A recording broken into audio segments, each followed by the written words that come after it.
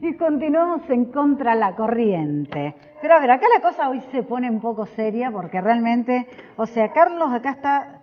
A ver, Carlos, ¿cómo es el tema? ¿Me podés explicar un poco? Claro. Porque acá dice, a ver, administración de la autoridad. Mira, Carlito, nosotros vinimos para hablar de la autoridad. No sé si conviene hablar de esta manera de la autoridad o de esta manera de la autoridad. Pero...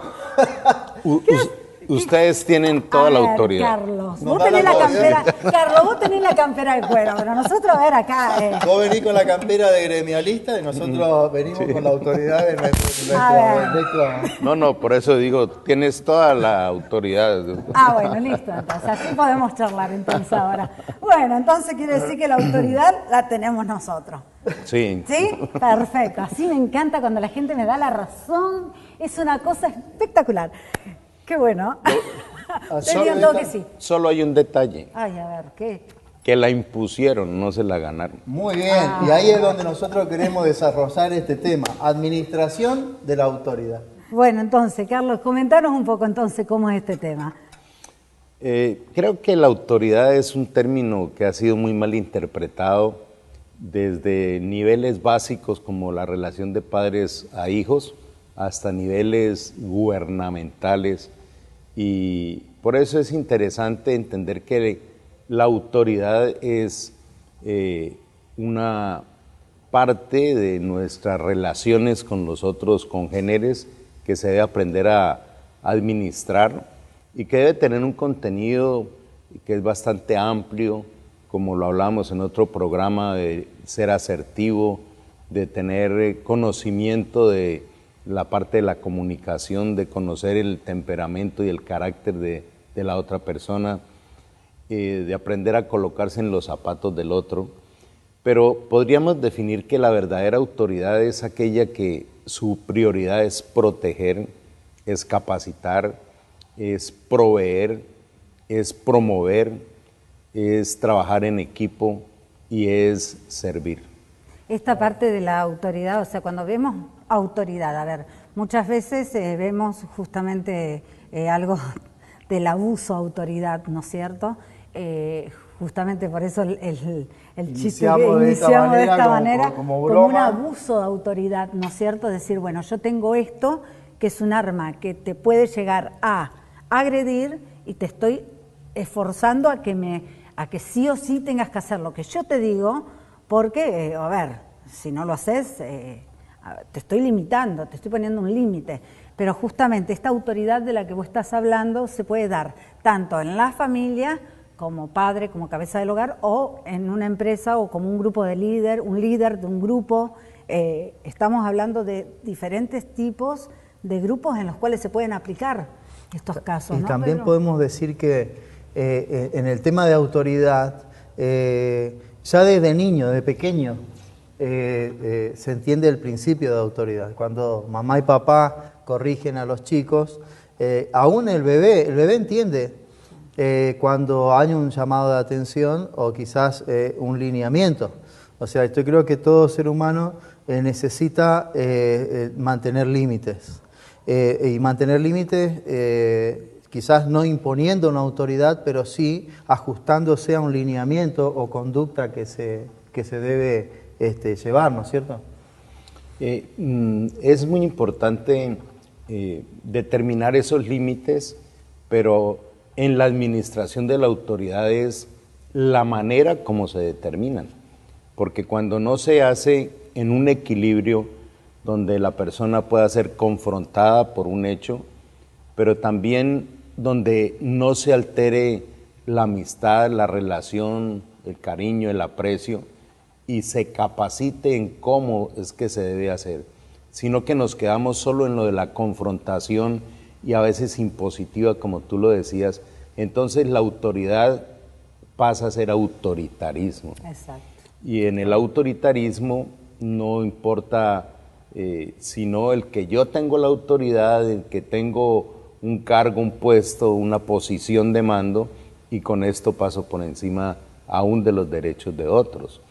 Entonces, la autoridad bien administrada es un arte, y es un arte donde aún se disfruta, porque hay características claras de cómo se gana la autoridad. La autoridad se gana cuando yo enseño con mi comportamiento, cuando acompaño al otro a aprender, cuando le doy la oportunidad al otro de que desarrolle bajo una observación. Y luego vienen algunos niveles como el dar confianza. Entonces ya creo que lo puedes hacer solo. Claro.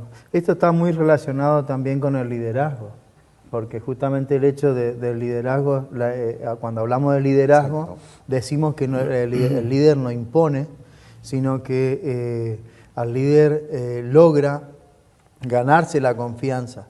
Y cuando uno se gana la confianza con la autoridad pasa lo mismo. O sea, uno no debe imponer la autoridad, sino que ganarse la autoridad. Y la gente lo va a seguir. Ahora, esto es importante entender, ¿no es cierto? El ganarse la autoridad es muchas veces, a ver, hablo de esto en forma general, ¿no es cierto? La gente piensa, porque tengo tal puesto, porque me han puesto a lo mejor o como un supervisor general o como X cosa, ¿no es cierto? Ahora tengo autoridad sobre el resto del equipo. Entonces, el malinterpretar a lo mejor esto puede llegar a darse en confusión de ambas cuestiones. ¿Por qué? Digo esto, por una cuestión de que se puede dar mal a entender si el gerente o supervisor que lo han puesto en ese lugar toma un abuso sobre ese grupo y empieza a hostigar al grupo. Y se puede tomar también mal en el caso de que el grupo diga: ah, mirá quién pusieron, es nuestro amigo, es uno más del montón. Entonces ya ahí, o sea, la autoridad que supuestamente ese cargo le da es rebatida por causa también de un confiancismo, por una cuestión de decir a lo mejor, bueno, no, muchachos, hasta acá llegamos, se tiene que hacer esto, se tiene que hacer esto. Está bien, somos todos amigos, pero hay que hacer esto. O sea, creo que de los lados se pueden equilibrar. Hay que equilibrarlo a eso. O sea, hay una regulación en la administración de la autoridad con base en el respeto y en la oportunidad. Exacto, exacto. Eso es importante tenerlo en cuenta porque aparte que, bueno, la autoridad en sí, a ver, autoridad estamos hablando cuando una persona puede creerse o con autoridad sobre un equipo de trabajo o con autoridad para ejercer o toma de decisión. Hay varios tipos de autoridades también, porque a lo mejor la que toma la decisión no tiene el equipo de trabajo, pero sí es el que toma la decisión. Entonces son diferentes tipos de autoridades en este caso. Sí, yo creo que todos estos ingredientes en la administración de la autoridad permite que el equipo crezca, permite que las personas se desarrollen. Hay una actitud no egoísta donde las personas crezcan y de alguna forma tengan sentido de pertenencia al trabajo de equipo o a la empresa o aún al hogar. Claro. El autoritarismo, la parte negativa del autoritarismo, o sea, ¿cómo se desarrolla? ¿Qué produce? Sabemos una de ellas, por ejemplo, rebeldía. ¿Cómo se puede manejar ese tema? Yo creo que si tomamos, por ejemplo, la crítica destructiva, una de las cosas que el ser humano por su naturaleza no va a aceptar y genera ese rechazo, ese resentimiento, es cuando se siente golpeada, cuando se siente rechazada. Y entonces aparece ese estado de resistencia, de apatía. Hago el trabajo porque me toca, porque tengo que vivir de alguna manera, de algún ingreso. Claro. La persona que se siente esclavizada, humillada, no va a poder ser eficiente ni tener efectividad en las cosas que hace. El ser humano necesariamente debe tener pasión por lo que hace. Y creo que la administración de la autoridad de esta forma adecuada que hablábamos al principio, produce en el entorno esas ganas de trabajar en equipo. Decía Fabiana en algún momento que de pronto no era que se trabajara tanto, sino que lo disfrutaban mucho, y creo que esa es la idea, ¿cierto? Claro. Creo que también otra de las cosas bien importantes en este tema es que una buena administración de la autoridad desrutiniza las labores, le da ese contenido de originalidad en la relación de las personas y no es la rutina de ir al trabajo o a la misma atmósfera todo el tiempo, ¿cierto? Y sí, lo que uno tiene que intentar de lograr, o sea, cada líder, cada gerente, cada supervisor, tiene que lograr ponerle esa motivación de decir, más allá que sea trabajo, a ver, y nadie va a decir, ay, qué alegría, voy a trabajar. A ver, nos levantamos, tenemos que ir a trabajar porque tenemos que cumplir a lo mejor con una obligación, pero que esa obligación sea con una meta, con una motivación, que realmente veamos que estamos logrando también algo para nuestras vidas o que hay un propósito con el cual estamos creciendo como personas. Porque, ¿cuál es el problema? A veces uno dice, bueno, bárbaro, está bien, la persona se siente mal a lo mejor porque o no está insertada dentro del grupo o porque a lo mejor sencillamente no está... A ver, porque hay muchos tipos de personas que trabajan en los equipos de trabajo y vos ves que algunas están recontramotivadas y que vos decís, le ponen toda la pila y que el gerente puede trabajar muy bien con esos grupos y otros que necesitan otro tipo de motivaciones. Eso no quiere decir que esa persona no sirva en ese puesto de trabajo, pero sí necesita a lo mejor otro tipo. Quizás necesite una evaluación de su puesto de trabajo o ver el por qué no está motivado. Sí, porque ahí es donde empieza a gerenciar justamente una administración de autoridad en contemplar cuál es la necesidad de la persona a la cual uno está liderando o está llevando hacia adelante o acompañándole, porque en realidad lo que la autoridad justamente habla de un acompañamiento, en un desarrollo, en un seguimiento, pero no un seguimiento quizás de ir mirando. Yo creo que la crítica constructiva no existe, para mí es una opinión personal, porque uno puede sugerir, pero en realidad termina siendo una crítica.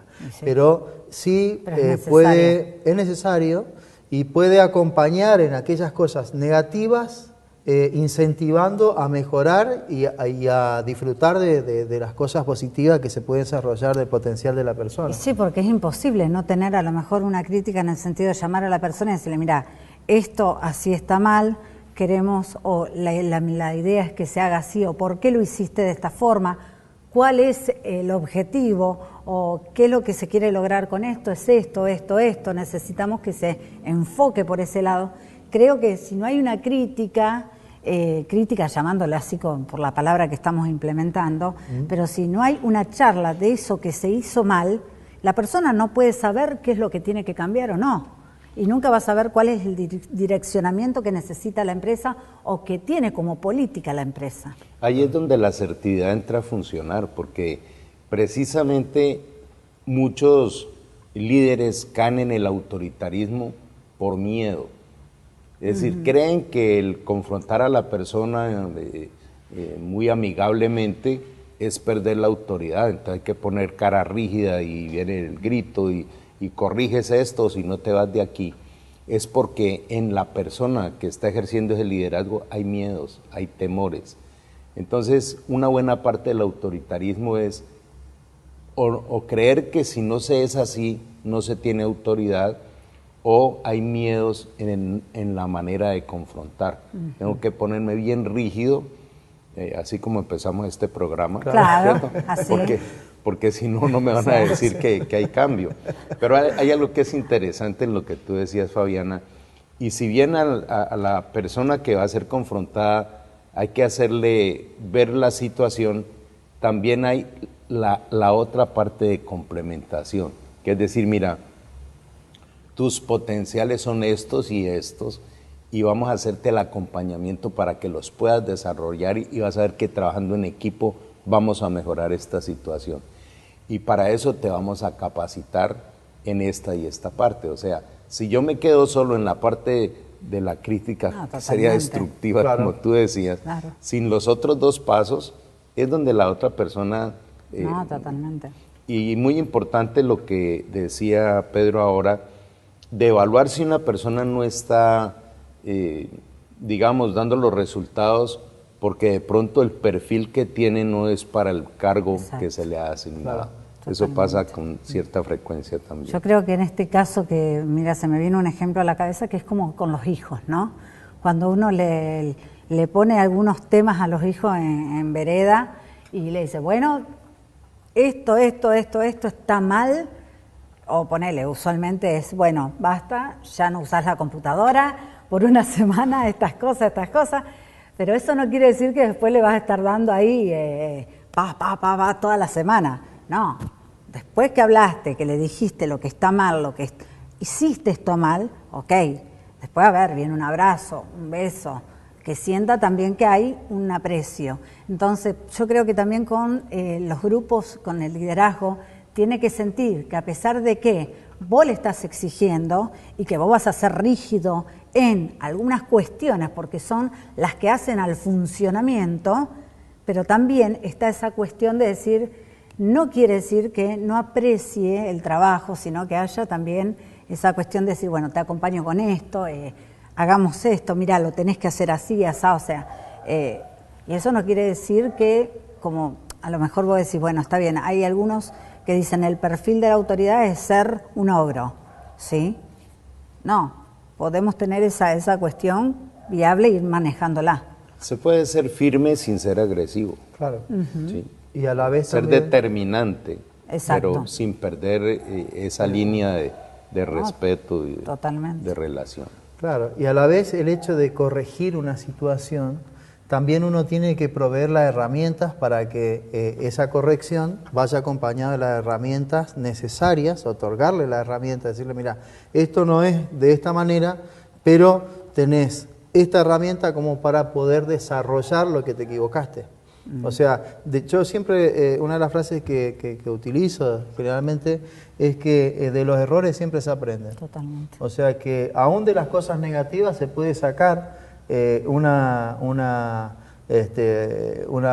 cuestión positiva como para decir, bueno, está bien, hoy te equivocaste, pero fíjate que tenés esta herramienta para no volver a hacerlo. Al contrario, creo, bueno, el otro día veníamos hablando con Adriana y decíamos, creo que aquel que no se permite errar, ya está errando, porque del error uno aprende, porque la vida es prueba y error. O sea, indefectiblemente, en los negocios es prueba y error. Uno arma planes y uno planifica marketing, uno planifica los negocios, arma las estrategias, pero esas estrategias están hechas basadas en que anteriormente se hicieron a base de prueba y error. Entonces, creo que el no permitirse errar, creo que ahí ya se está errando porque es algo primordial en la vida y aprender de los errores. Aún fíjate que la autoridad no se pierde cuando uno admite el error. No, totalmente. Porque a veces está la creencia de que decir, bueno, yo jefe, si admito mi error, pierdo autoridad. Yo pienso que se gana autoridad con eso. Exacto. Porque uno reconoce de que se ha equivocado y tener la suficiente valor como para admitir su error y volver a encauzarse y bueno, si uno se equivocó, admitirlo. Otra de las cosas importantes es que siempre habrán conflictos. Totalmente. Pero se confunde conflicto con pelea. Totalmente. Son dos cosas bien diferentes. Sí. Un conflicto vamos a sentarnos a resolverlo, pero si al conflicto le metemos el ingrediente ya de la agresividad, de la falta de respeto, es donde aparece todo este plano negativo que hemos venido hablando. Yo creo que de esto hay que aprender cada día más, pero mi frase favorita, que alguna vez la habíamos compartido acá, de Abraham Lincoln, que dice que el hombre solo fracasa cuando deja de intentarlo. Entonces, a veces se tiene una persona con un potencial interesante, pero al no evaluar cómo puedo recuperarlo, restaurarlo o reenfocarlo, o sea, ¿qué no he intentado con se puede perder a alguien que después termina siendo bien valioso en otro lado. Creo que hay un ejemplo típico de esto fue Messi, ¿cierto? Sí. Claro. En un lado dijeron nada que ver y otro dijo, no, tiene el potencial. Entonces esto lo podemos trasladar también en lo que es la evaluación de la autoridad en el momento de ejercer. A veces creo que las empresas a lo mejor tienen ese tema de no poder evaluar demasiado o no poder esperar tanto tiempo, porque creo que los tiempos son muy ociosos, en este momento muy apresurados en las empresas, y es como que se necesita de que la persona se seleccione el perfil. Por eso hoy se toma tanto tiempo para la selección del perfil. ¿Por qué? Porque justamente no se puede estar diciendo, bueno, está bien. ¿Por qué? La ley les da 3 meses para que la persona se adapte al puesto de trabajo y brinde, y uno sabe perfectamente, nosotros que estamos realmente continuamente con gente, uno sabe que dentro de los primeros 15 días uno evalúa y uno ya se da cuenta la persona qué perfil tiene, qué tipo de empleado va a ser, cuál es su forma de pensar, justamente porque uno está continuamente pregunta-respuesta, viendo actitudes, viendo. Entonces, como que hoy las empresas, cada vez los tiempos son más acotados y lastimosamente para la selección de personal hoy cuesta muchísimo. Las consultoras están con ese gravísimo problema. Ese es el conflicto en el caso de recursos humanos, es que no hay tanto tiempo como para esperar o dedicar mucho tiempo a una persona por los apremios que hay del movimiento continuo que demanda la empresa para obtener resultados, y es donde muchas veces se generan justamente las desvinculaciones, se generan algunos conflictos que quizás se pierde material valioso, o sea, un recurso valioso como es la persona, por no tener el suficiente tiempo como para reenfocar a esa persona al puesto ideal o al puesto que necesita. Sí, realmente.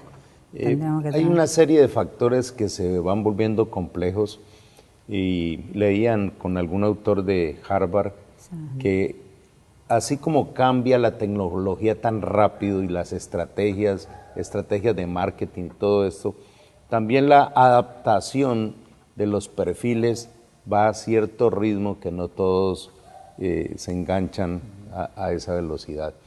Pero también hay muchas empresas que les cuesta invertir en selección de personal, y entonces después les sale más caro tener que estar enderezando las cosas por haberse saltado ese paso. Sí. Totalmente. Creo que definitivamente hoy en día el aprender a gerenciar muchos aspectos como el de la autoridad hace que haya un impacto, como decíamos ahora, en la eficiencia y la efectividad del equipo y de las personas. Pero también hay otro tema que podría ser para otro programa, y es la gerencia del tiempo. Totalmente, que es lo que nos corre ahora. ¿Qué es eso que nos está marcando? Nos está marcando el director el dice, tiempo. Basta porque los corto. No nos va a cortar, no se preocupen.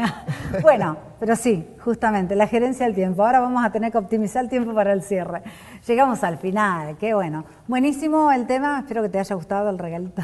Sí, no. Y Carlos, si te portas mal, tenemos un regalo de autoridad. Me lo podría llevar para hacer un llavero, por ejemplo. Medio grande el llavero. Bueno, señores, llegamos al final de este programa. Bueno, espero que les haya gustado, espero que se hayan divertido. Acá Carlos se divirtió, así que no hay problema. La misión está cumplida. Así que bueno, recuerden que la revista ya está en la calle, así que pídala a CES Consultora Empresarial, si no nos manda un mail o directamente al Facebook de Contra la Corriente, pone me gusta, ponga sus datos y no se olviden que ya estamos prontito, ya, creo que en el próximo programa estamos cerrando lo que son las entradas de One Direction. No se olviden de eso, ya nos habíamos olvidado de los chicos, por Dios. Bueno, pero ya estamos al final, ya, listo. Ya el próximo programa, el próximo, no sé cuándo. Después me avisa el señor director, por favor, cuando cerramos con las entradas, las sorteamos, así que apúrate.